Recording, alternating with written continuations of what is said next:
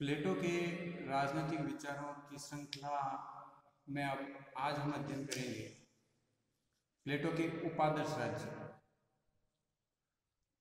प्लेटो laws में अपने उपादर्श राज्य की व्यवस्था करता है, उसका प्रतिपादन करता है। लॉज प्लेटो की अंतिम रचना है और यह उसकी मृत्यु के बाद प्रकाशित हुई। रिपब्लिक एक कल्पना की उड़ान था जिसमें वह एक ऐसी आदर्श शासन व्यवस्था और ऐसी एक यूटोपियन शासन व्यवस्था और एक आदर्श राज्य की परिकल्पना करता है जो व्यवहारिक धरातल पर संभव नहीं हो पाई। सिराक्यूज में उसने काफ़ी प्रयत्न किए, संभव नहीं हो पाया। उसकी साम्यवादी योजना विफल रही, उसकी दार्शनिक शासक की योजना विफल रही, उसकी न्याय संबंधी जो विचार थे वो उनको पूर्ण रूप से लागू नहीं करवा पाया। इन सबसे सीख लेते हुए प्लेटो अपने जीवन के अंतिम काल में लॉज की रचना करता है और लॉज में वह रिपब्लिक के उन महत्वपूर्ण विचारों के नए आधार ढूंढता है। वो शिक्षा को भी महत्वपूर्ण मानता है, वो न्याय को भी मानता है, वो मानता है कि संपत्ति का आधिक्य नहीं होना चाहिए। परंतु इन सब के लिए उन्होंने जो पिछली व्यवस्था की थी वह सफल नहीं हो पाई, इसलिए लॉज के माध्यम से वो एक विकल्प ढूंढता है ताकि आदर्श राज्य में जो व्यवस्थाएं थी पूर्ण रूप से नहीं तो काफी हद तक उपादर्श राज्य में विद्यमान रहे। प्लेटो का उपादर्श राज्य में दार्शनिक शासक का स्थान अब कानून ले लेता है, न्याय का स्थान अब आत्मसंयम ले लेता है, साम्यवादी योजना को छोड़कर वह सभी को विवाह की अनुमति देता है, शिक्षा वह सभी वर्गों के लिए खोल देता है। अतः काफी परिवर्तन अपनी योजना में वह करता है। बार्कर के अनुसार कहें तो प्लेटो लॉज की रचना इस आधार पर करता है कि अगर वह ऐसे दार्शनिक शासक नहीं बना सकता जो कानून के बिना या कानून से ऊपर उठकर शासन कर सके, तो क्यों न वह ऐसे ही दार्शनिक कानून बना दे या एक ऐसी दार्शनिक विधि संहिता का निर्माण कर दे जो दार्शनिक शासक की जगह ले सके और उसकी पूर्ति कर सके। अब प्लेटो का जो उपादर्श राज्य है उसमें भौगोलिक व्यवस्था से लेके शिक्षा व्यवस्था, विवाह, साम्यवाद के स्थान पर विवाह या संपत्ति, उसकी शासन प्रणाली, इसके बारे में लॉज में वह कई विस्तार से रूपरेखा देता है।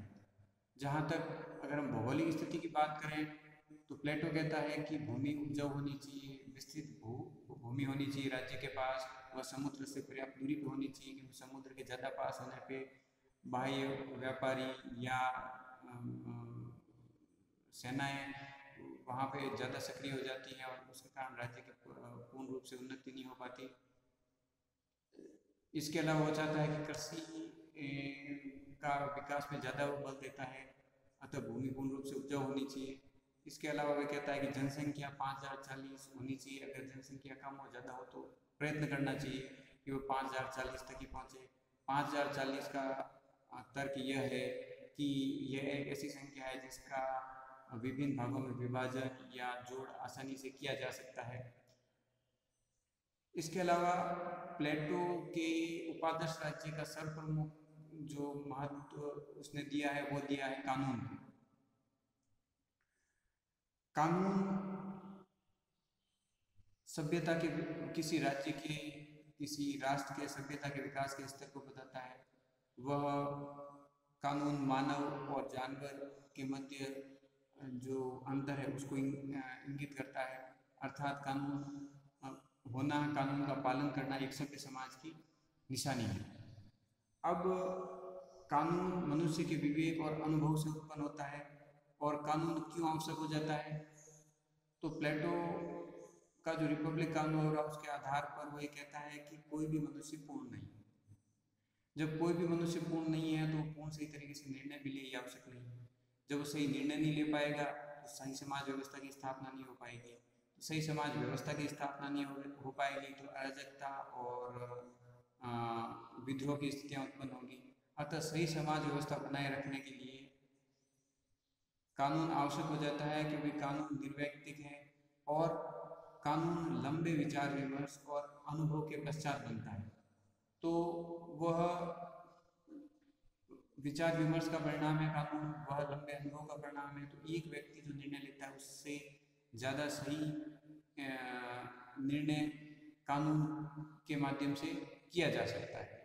तो कानून इसलिए आवश्यक है। दूसरी कानून की आवश्यकता इसलिए है क्योंकि प्रत्येक व्यक्ति सामान्य हितों के ऊपर अपने व्यक्तिगत हितों को महत्व देता है और व्यक्तिगत हितों को महत्व देने के कारण वह सामान्य हितों की उपेक्षा करता है, जबकि कानून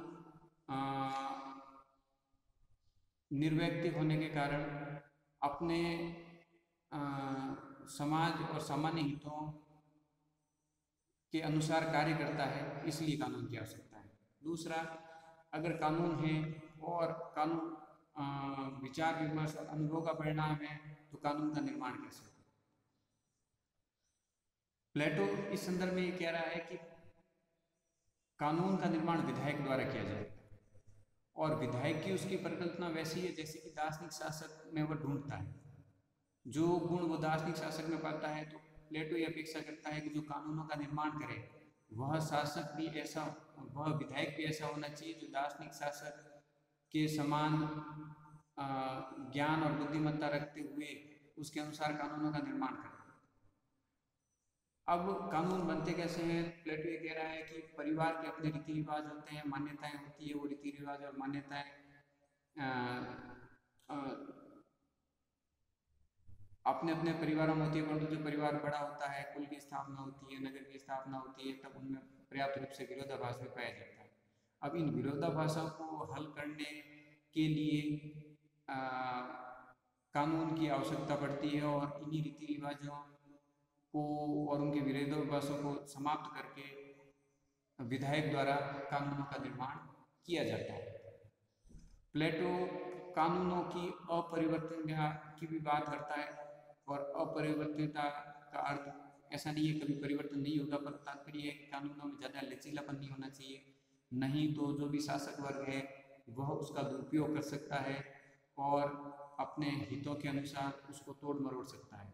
अतः कानून में परिवर्तन तभी होना चाहिए जब अत्यावश्यक हो, अन्यथा कानून में परिवर्तन का समर्थन नहीं करता।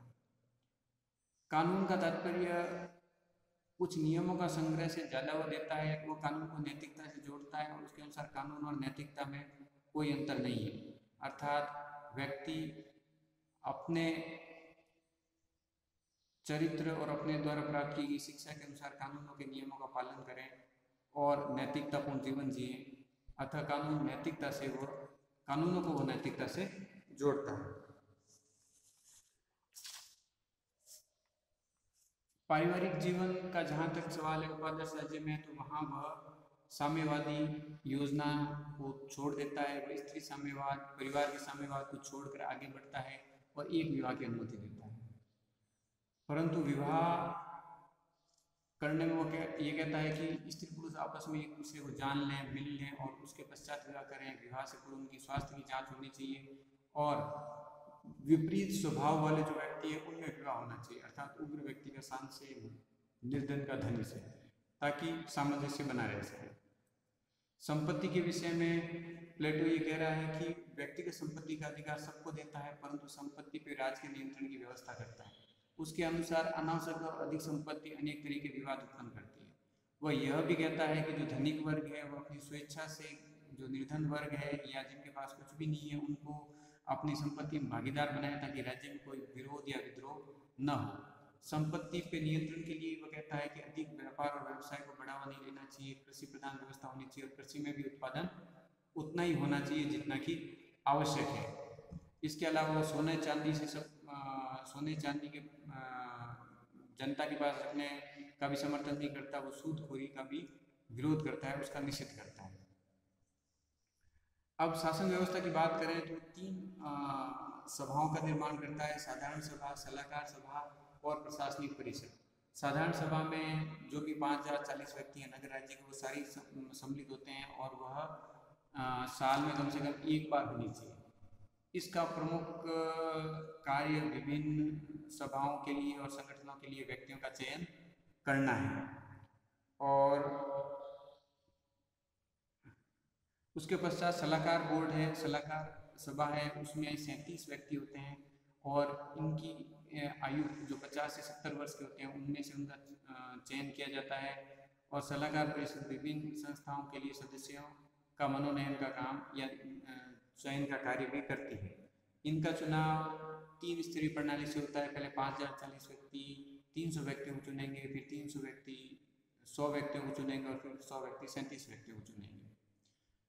सलाहकार सभा के पश्चात सबसे महत्वपूर्ण सभा प्रशासनिक परिषद है। यह भी दिन प्रतिदिन के कार्यों और प्रशासन का कार्य करती है। इसमें 360 व्यक्ति होते हैं। इन 360 व्यक्तियों द्वारा ही स्थानीय और बाजार और कृषि की आवश्यकताओं के अनुसार व्यक्तियों और अधिकारियों का नियमन और उन्हें चयन किया जाता है और उनका कार्यकाल 20 वर्ष का होगा। संविधान में वो मिश्रित संविधान की व्यवस्था करता है। मिश्रित संविधान से तात्पर्य है कि राजतंत्र, लोकतंत्र और कुलीन तंत्र के शेष तत्वों को लेता है।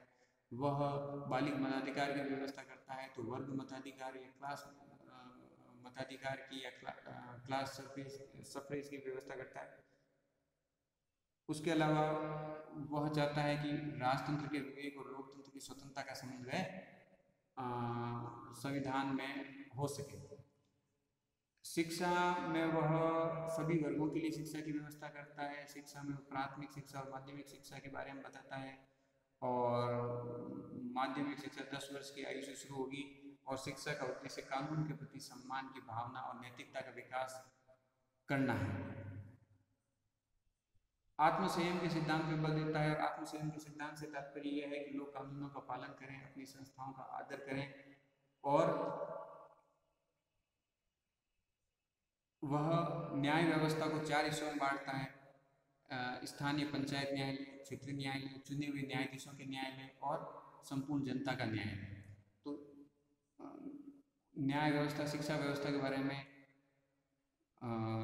परिवार व्यवस्था के बारे में, संपत्ति व्यवस्था के बारे में प्लेटो लॉज के अंदर एक अन्य विकल्प प्रस्तुत करता है जो उसके रिपब्लिक में दिए गए योजना से अलग है, परंतु उसका उद्देश्य वही है कि एक ऐसी व्यवस्था स्थापित हो सके जहाँ पे राज्य समृद्धि और वैभव को प्राप्त कर सके, जहाँ पे लोग नैतिकता के आधार पर रह सकें, आत्मसंयम के आधार पर रह सकें।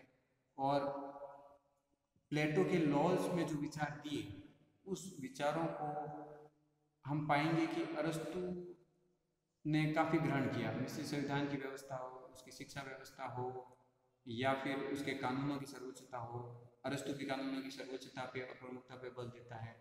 तो जो चिंतन सुकरात ने शुरू किया, उसके पश्चात प्लेटो ने उससे जो कुछ सीखा और अपनी रिपब्लिक में जो योजनाएं दी, फिर उसने रिपब्लिक की जो योजनाएं बनाई और उसको जब लागू नहीं करा पाया तो उसने लॉज में अपनी एक नई व्यवस्था दी और इसी व्यवस्था को अरस्तु आगे बढ़ाता है। तो हम ये कह सकते हैं कि जहाँ प्लेटो लॉज में ख़त्म करता है, उसी व्यवस्था को अरस्तु अपने हिसाब से संशोधित करके नए रूप में देता है। तो अरस्तु जो कुछ दे रहा है उसके लिए वो अपने गुरु प्लेटो का ऋणी है और रहेगा।